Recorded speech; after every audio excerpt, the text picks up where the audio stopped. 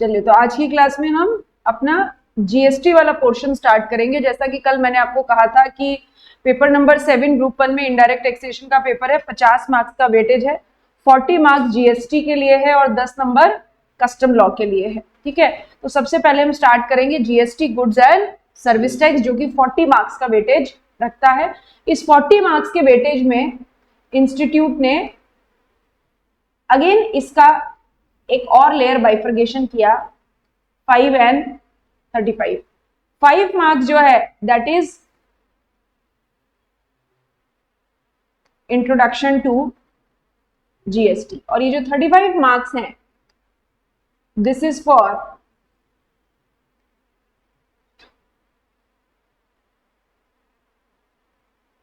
Rest of the topic, जो भी GST के रेस्ट ऑफ दी टॉपिक्स हैं ये। ठीक है, ये जितना भी जीएसटी आप इंटर में पढ़ेंगे again you will have to read it in a final. ये इंटर का भी पार्ट है और सीएमए फाइनल का भी पार्ट है, तो जो कंटेंट आप यहाँ पे पढ़ रहे हैं वो अगेन आपको सीएमए फाइनल में भी पढ़ना है।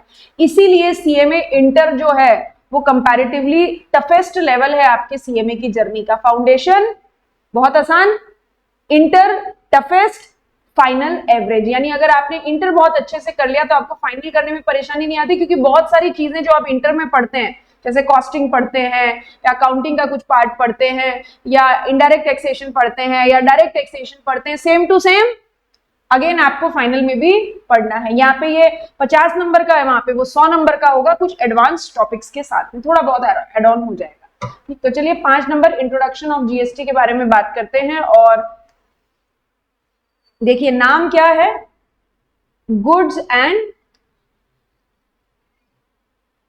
Service tax. ठीक, और इसे क्या कहा गया, जीएसटी, है ना। जैसे शाहरुख खान को क्या कहते हैं, एसआरके कहते हैं ना, इसी तरीके से गुड्स एंड सर्विस टैक्स को क्या कहते हैं, जीएसटी कहते हैं। ओके, सो सबसे पहले मतलब हम बात कर लेते हैं what is the meaning of tax. ठीक है, टैक्स का मतलब क्या होता है, क्योंकि जीएसटी भी क्या है, एक तरीके का टैक्स है। तो सबसे पहले बात कर लेते हैं what is the meaning of tax. ठीक, अपने अपने विचार बताएंगे, आपके हिसाब से टैक्स का मतलब क्या।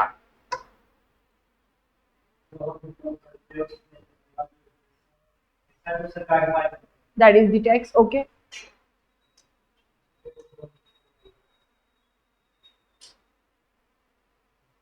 बोलो बोलो, सेंटेंस तो कंप्लीट करो पूरा, जो भी आपको पता। ओके,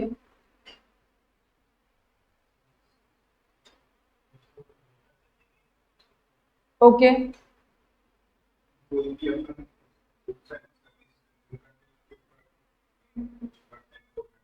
देते हैं, that is tax. Okay,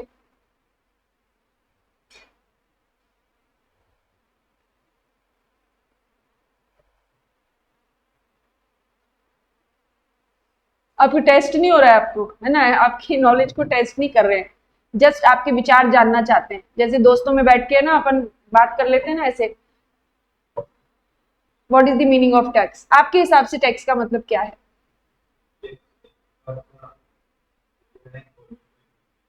okay, Renuka.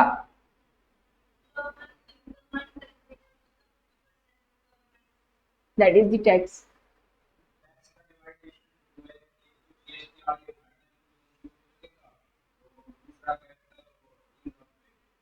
Okay, okay, ठीक है।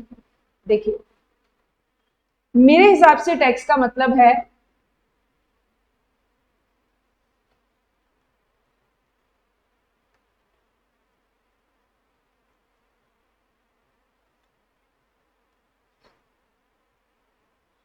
Compulsory extortion of money. ठीक है, एक्सटॉर्शन का मतलब होता है वसूली, कंपल्सरी तरीके से की गई पैसे की वसूली। टैक्स देना या ना देना आपकी चॉइस है। अगर आप दायरे में आते हैं तो आपको टैक्स का पेमेंट करना ही पड़ेगा। यानी ये सरकार के द्वारा की गई एक कंपल्सरी तरीके से की गई पैसे की वसूली है। अगर कंपल्सरी तरीके से की गई पैसे की वसूली को हम टैक्स कहें तो फिर तो हफ्ता वसूली भी क्या है, टैक्स। ठीक है, आप मना कर सकते हो क्या? नहीं, पता ही नहीं अगले दिन कहाँ थे कहाँ गए मालूम ही नहीं लगेगा। तो कंपल्सरी एक्सट्रॉशन ऑफ मनी को टैक्स कहेंगे if it is under any law. किसी कानून के तहत की गई पैसे की वसूली को क्या कहा जाता है? टैक्स कहा जाता है। ओके, या यूं कह दीजिए दूसरे शब्दों में,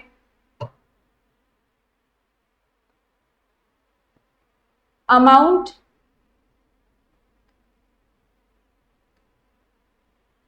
payable to the government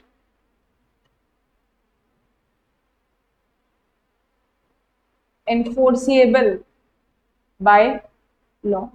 government को कोई अमाउंट पे करना है which is enforceable by law, जो कि लॉ के द्वारा एनफोर्स किया गया हो, लॉ के द्वारा आपके ऊपर कंपेल किया गया, आपको बाध्य किया गया हो कोई पैसा सरकार को देने के लिए, वो क्या कहलाएगा? Tax. So this is the meaning of tax. ठीक है, लिखिए,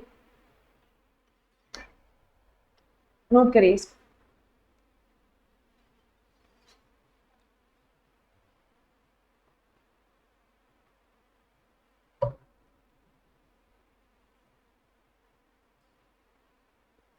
हाँ राइट मुक्ता, बिल्कुल ठीक बोल रहे हैं।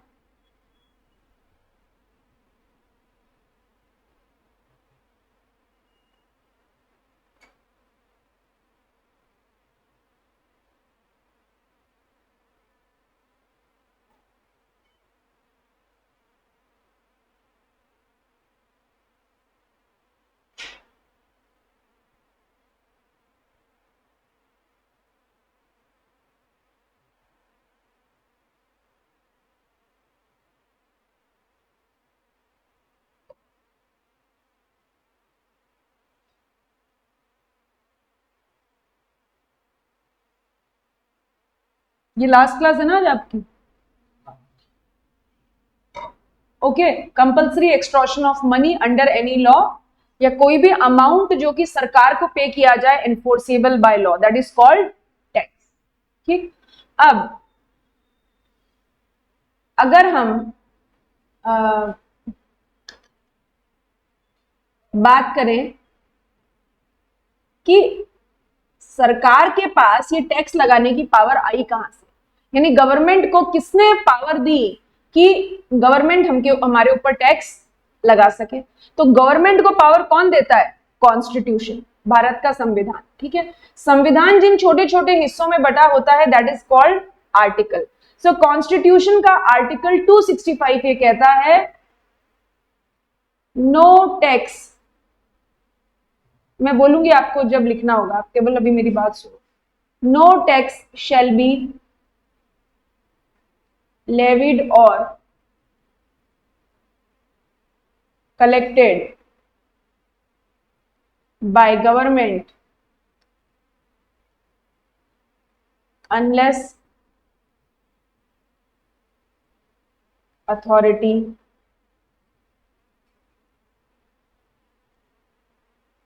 given by law।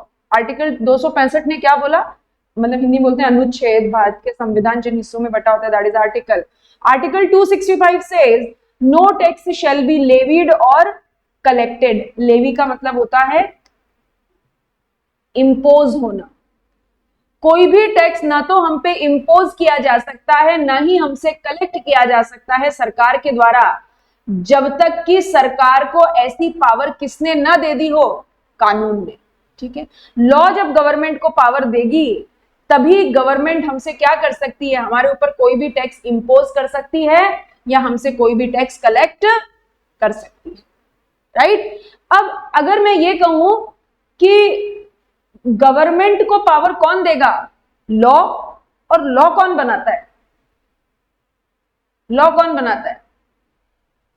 गवर्नमेंट। ठीक है, यानी गवर्नमेंट को पावर देगी लॉ, और लॉ कौन बनाता है? गवर्नमेंट। यानी ये तो कैसा हो गया, मेरा घर कहां है? पोस्ट ऑफिस के सामने, और पोस्ट ऑफिस कहां है? मेरे घर के सामने। ठीक, तो ये बात लिखिए फिर हम आगे बढ़ते हैं। पहले दो लाइन लिखिए।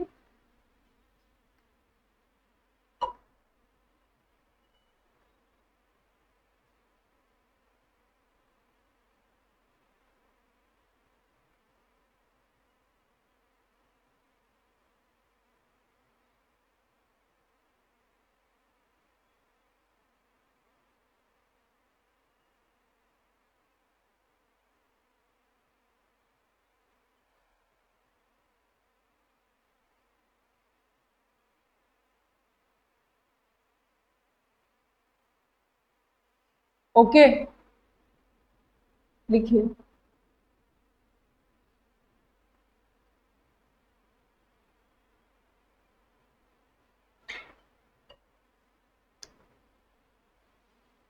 नाउ अब देखिए मैंने क्या बोला, अगर गवर्नमेंट हम पे टैक्स तभी लगा सकती है जबकि लॉ से पावर दे, और लॉ कौन बनाएगा? गवर्नमेंट। तो ये तो बातों में कुछ कॉन्ट्रडिक्शन हो गया, क्योंकि फिर ऐसे तो ये पावर क्लियर कट है ही नहीं। इससे तो क्या होगा, गवर्नमेंट की मनमर्जी चलेगी, फिर तो गवर्नमेंट ऐसे ही कानून बनाएगी ना जिनसे ज्यादा से ज्यादा गवर्नमेंट को टैक्स लगाने की पावर मिल सके। इसके लिए एक और आर्टिकल लिखा गया कॉन्स्टिट्यूशन में, आर्टिकल 246, और वो क्या बोलता है? Power to enact law and levy of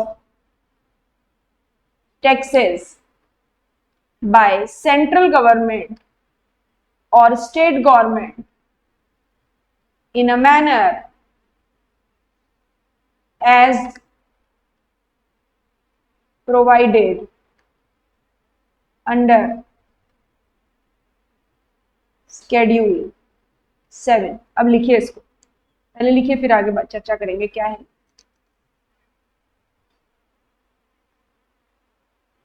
कोई शब्द नहीं समझ में आया ना तो आप मुझे पूछ लें, कोई स्पेलिंग कोई शब्द नहीं समझ में आया।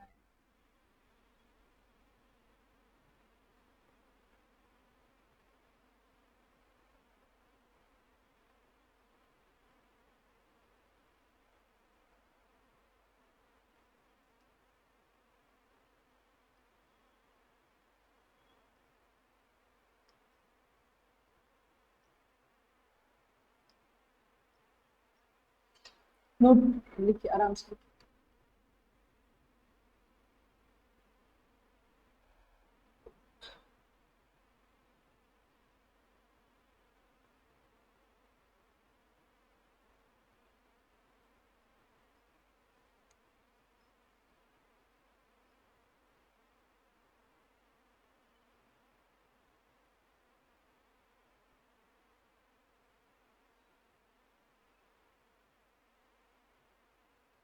नोटेड।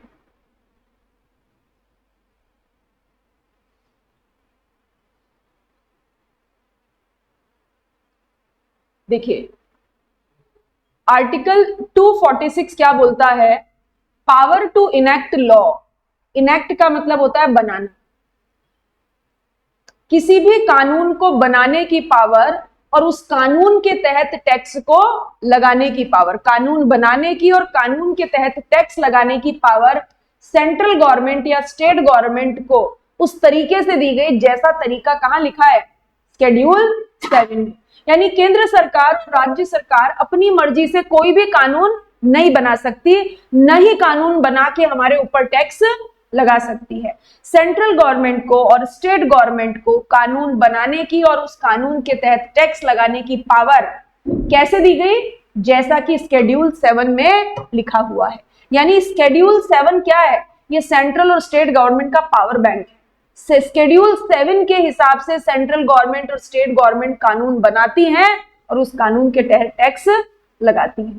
ठीक है, तो क्या है स्केड्यूल 7?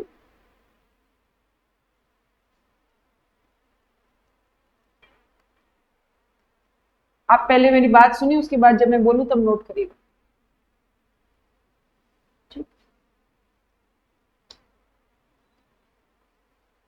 स्केड्यूल 7 जो है वो 3 हिस्सों में बटा हुआ है। पहला हिस्सा है यूनियन लिस्ट। सुना है आपने कभी? Just a minute.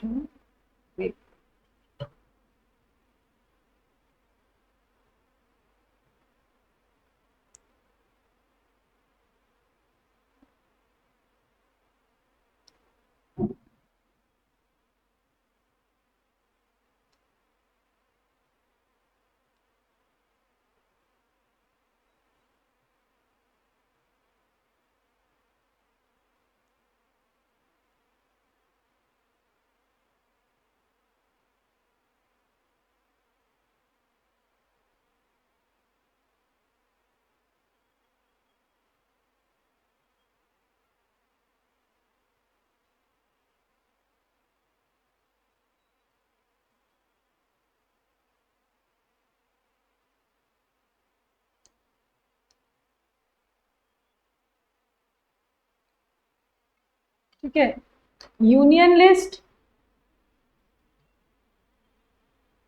State list,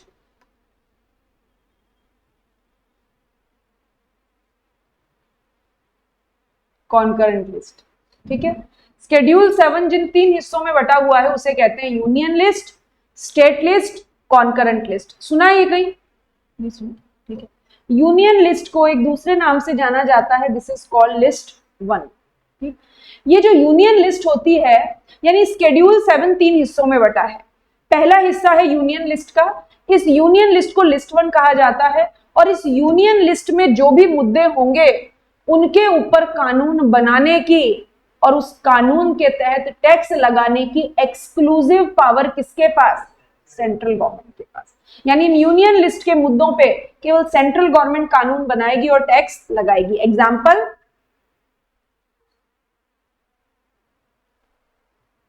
income tax. Income tax से रिलेटेड कानून बनाने की और इनकम टैक्स में कोई भी चेंज करने की, बढ़ाने की, उसको कम करने की, कोई नया सेक्शन ऐड करने की, व्हाटएवर जो भी पावर है इनकम टैक्स से रिलेटेड, वो किसके पास है? एक्सक्लूसिवली सेंट्रल गवर्नमेंट के पास। उसमें स्टेट का कोई इंटरफेरेंस नहीं है। यानी कॉन्स्टिट्यूशन ने इनकम टैक्स से रिलेटेड पावर किसके को दे दी? सेंट्रल गवर्नमेंट को। तो सेंट्रल गवर्नमेंट इसके तहत कानून बनाएगी और टैक्स लगा सकती है। ऐसे और भी बहुत सारी चीजें हैं इसमें, एग्जांपल है इनकम टैक्स लिस्ट। दूसरी लिस्ट है state list, that is called list 2। इस स्टेट लिस्ट में जो मुद्दे आएंगे उनके ऊपर टैक्स लगाने, कानून बनाने की और उस कानून के तहत टैक्स लगाने की पावर किसके पास है? किसके पास है? एक्सक्लूसिवली स्टेट गवर्नमेंट के पास। जैसे एग्जांपल, स्टैम्प ड्यूटी। सुना है आपने स्टैम्प ड्यूटी? स्टैम्प ड्यूटी सुना है? जब भी इमूवेबल प्रॉपर्टी खरीदते बेचते, लैंड और बिल्डिंग खरीदते बेचते हैं, तो उसके ऊपर स्टैम्प ड्यूटी लगती है। किस राज्य में कितनी स्टैम्प ड्यूटी लगेगी, इसमें सेंट्रल का कोई इन्वॉल्वमेंट नहीं है, केवल स्टेट का। यानी राजस्थान में आप जमीन बेचोगे तो अलग स्टैम्प ड्यूटी लगेगी, हरियाणा में अलग लगेगी, वेस्ट बंगाल में अलग लगेगी, क्योंकि किसका परव्यू है? स्टेट गवर्नमेंट का। एक्सक्लूसिव पावर किसकी? स्टेट गवर्नमेंट की। तो स्टैम्प ड्यूटी से रिलेटेड कानून बनाने की और टैक्स लगाने की पावर किसके पास? स्टेट गवर्नमेंट के पास। और तीसरी लिस्ट है कॉन्करेंट लिस्ट, और इसे क्या कहा जाता है? लिस्ट 3। ठीक है, ये कैसी है? ये हम साथ साथ है। मूवी देखिए, आती रहती ना जी, किसने नहीं देखी है? सबने देखी है ना?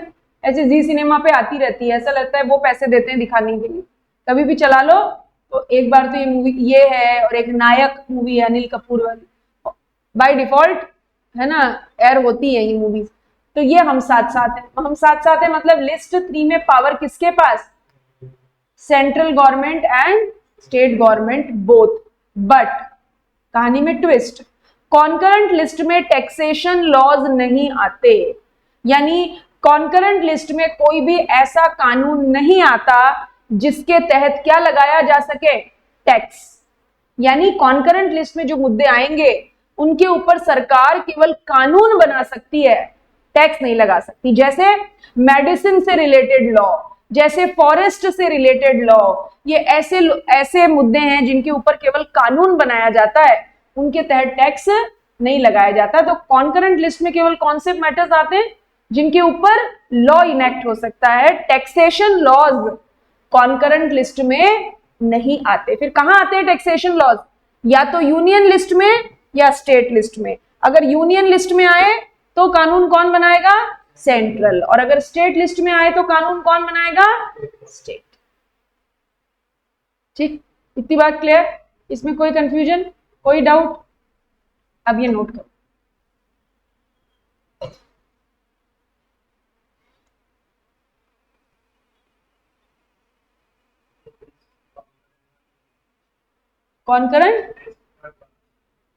कॉन्करेंट लिस्ट वापस बता दूं, ठीक है।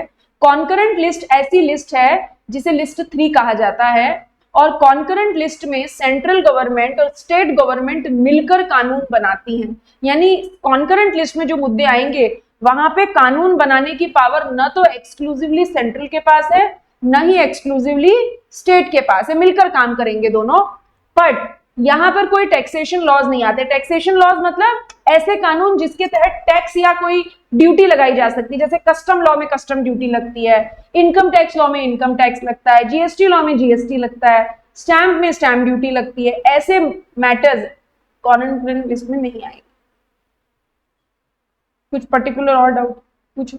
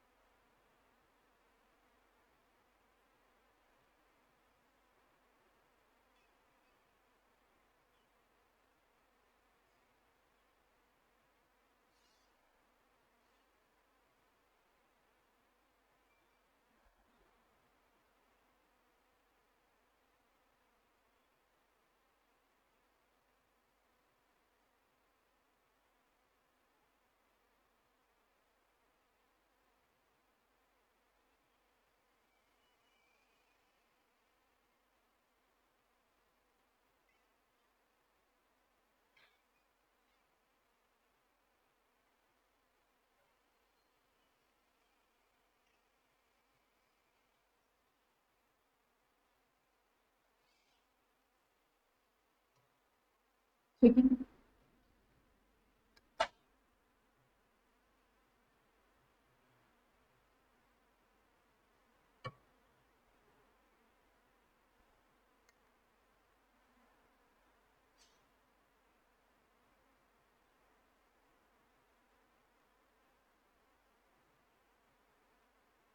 मिनिस्ट्री ऑफ फाइनेंस सुना है, वित्त मंत्रालय भारत का।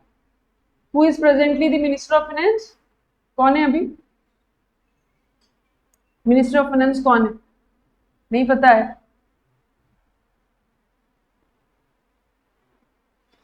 मैं तो आपका नाम भी भूल गई, एक बार नाम बताओ दोबारा। शिव ना, आपका नाम क्या है? सौरभ। शिव और सौरभ का क्या कॉम्बिनेशन।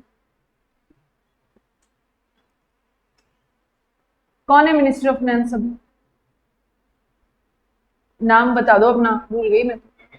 अमित, प्रिंस, रेणुका, सिद्धांत, अंकित, मनीष। हाँ, Prince, Nirmala Sitharaman. Minister of finance का नाम नहीं पता? होना ही चाहिए।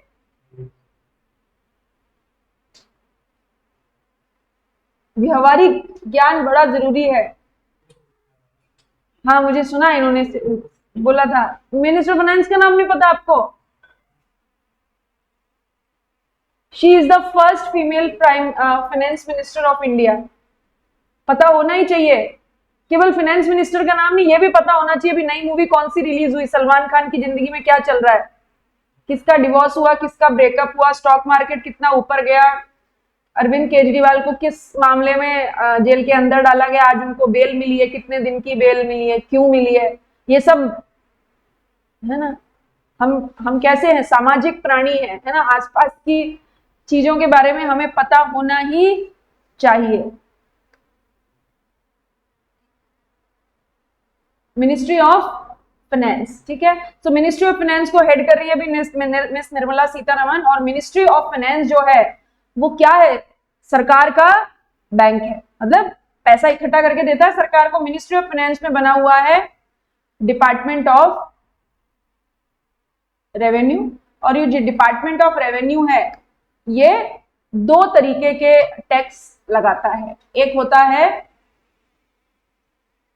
डायरेक्ट टैक्स और दूसरा होता है इनडायरेक्ट, है ना। दो तरीके के टैक्स लगाता है, एक होता है डायरेक्ट टैक्स और एक होता है इनडायरेक्ट टैक्स। ठीक, डायरेक्ट टैक्स के बारे में क्या पता है आप? जो भी आपको पता है सही। ओके,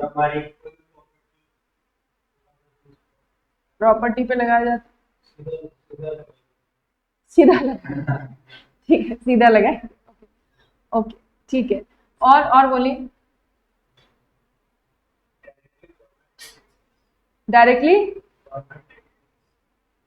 गवर्नमेंट लेगी tax, okay what else,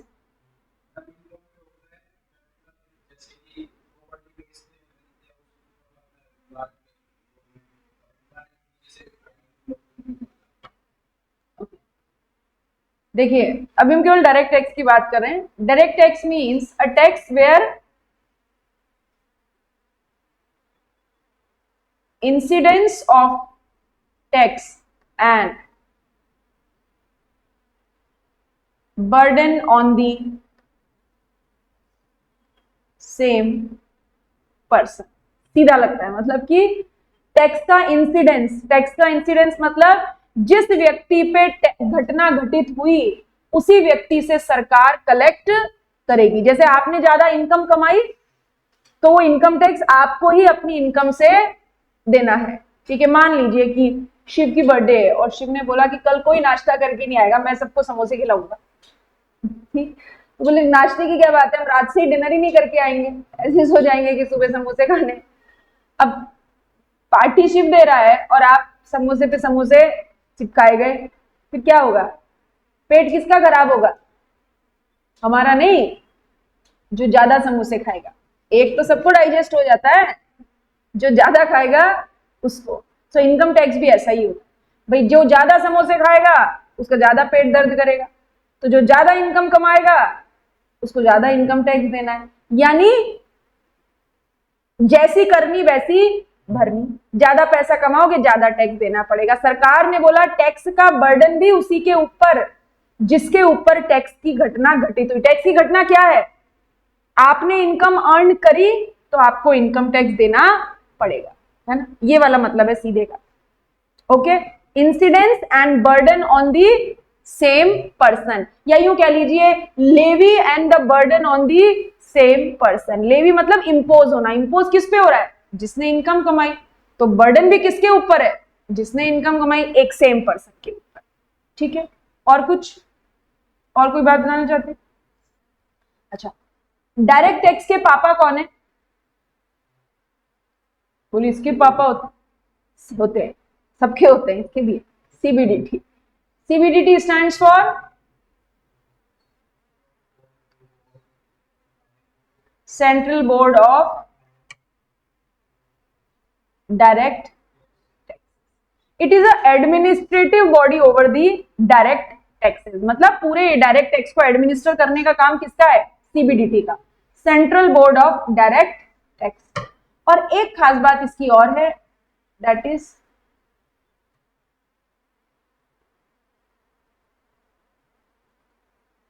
progressive in nature, ठीक है। प्रोग्रेसिव इन नेचर, अरे मैं दूंगी आपको लिखने का मौका तभी लिखें, अभी केवल ना कथा वाचन हो रहा है, उसको सुने के उस वो। प्रोग्रेसिव इन नेचर का मतलब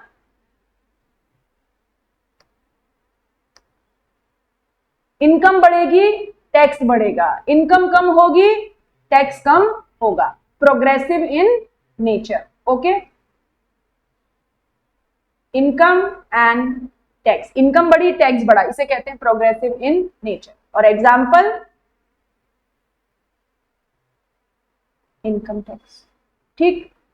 कभी कभी आपकी किस्मत बहुत बढ़िया हुई, आप सितारे आपके बुलंद हुए, तो एग्जाम में सवाल आएगा difference between direct tax and indirect tax, 4 number का, 4 इधर डायरेक्ट टैक्स की बात, 4 इधर इनडायरेक्ट टैक्स की बात, और पूरे मिल गए 4 में से 4, ठीक।